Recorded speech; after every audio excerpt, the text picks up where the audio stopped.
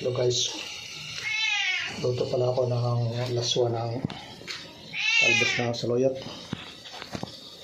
Yung paulam namin. Ito na po siya guys. Lagyan ko lang siya ng wala po itong chemical. Talbos lang po yan. Lagyan ko lang po ito, walang bangus. Plain lang po siya.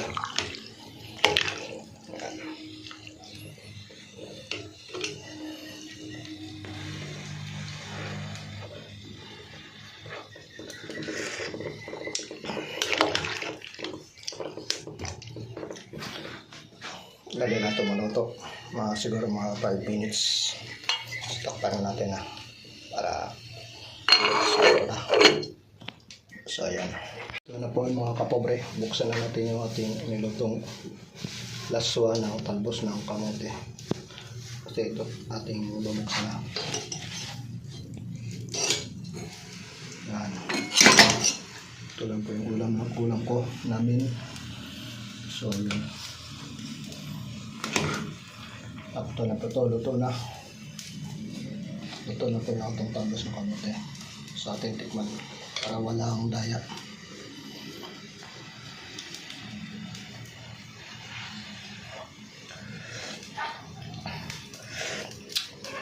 So swabe. So yun ang kapobre. So luto na po yung ating nilutong talbos ng saluyot ng kamote. So ayan. So ito na po siya. Ito na. Pwede na natin kunin ito. Kasi bulok naman ko pag masyadong luto masyado. Kailangan half-cook lang para malinang swabe yung lasa nito. So yun, kapobre. Kunin na natin yung sinuto na ito. Pobre yung God's block. Yan po. Ito na po siya mga kapobre.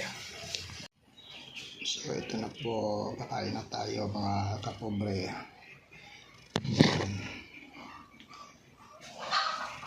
Kaya mga kapobre, kain tayo.